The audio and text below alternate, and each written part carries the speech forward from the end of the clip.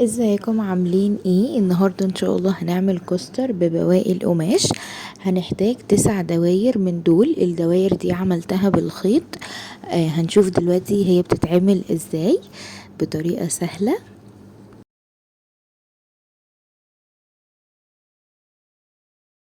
احنا اول حاجة هنعملها ان احنا هنلف الخيط حبة حلوين، ممكن على صوابع ايدينا او مثلا في كرتونة، يعني اي حاجة متوفرة نلف عليها.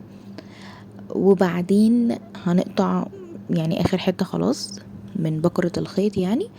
وبعدين هنجيب حتة كده من الخيط نحطها، وبعدين نطلع بقى الخيط اللي احنا لفيناه، نحاول نحطه كده في النص، وهنربط ربطة او ربطتين كده.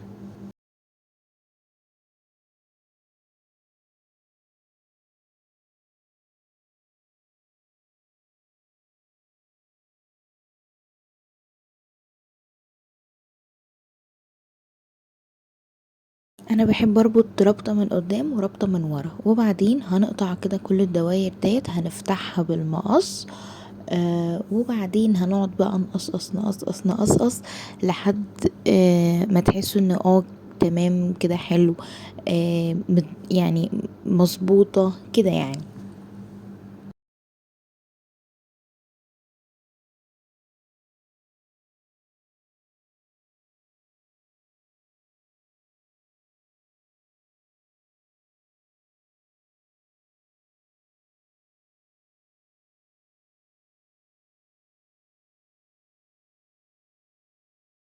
انا بحس ان انا كل ما بقص اكتر كل بحس انها بتتظبط اكتر، مش عارفة ليه يعني. يعني ممكن يكون يعني محتاجة ان انا اقص قليل، بس بحس ان انا عيني بترتاح اكتر لما بقص كتير. يعني لما بقص كتير بحس ان عيني بترتاح ليها اكتر كده اكنها مظبوطة. ممكن بالنسبة لكم تقصوا قليل وتحسوا ان خلاص كده مظبوطة، يعني ديت بقى ايه، راحة بقى بتختلف من شخص لشخص.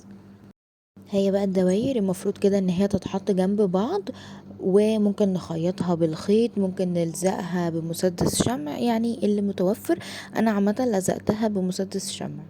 ممكن لو عايزين تكتروا يبقى اكبر من كده، ممكن تكتروا في الدواير، بس ديت بواقي خيط فديت اقل حاجه، يعني فاهمين قصدي. انا عملتها على شكل مربع، انتوا ممكن تعملوا على شكل مدور.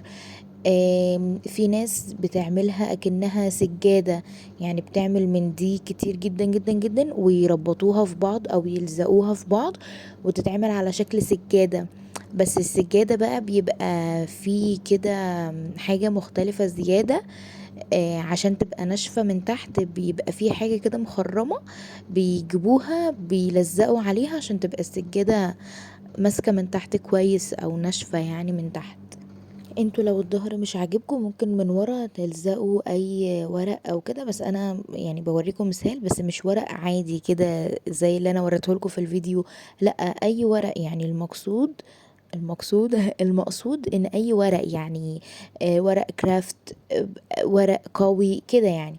بس انا حطيت كده ورق بس كده اوريكم، يعني لو مش حابين ان الظهر يبقى باين، ان الشمع بيبقى باين من ورا كده يعني.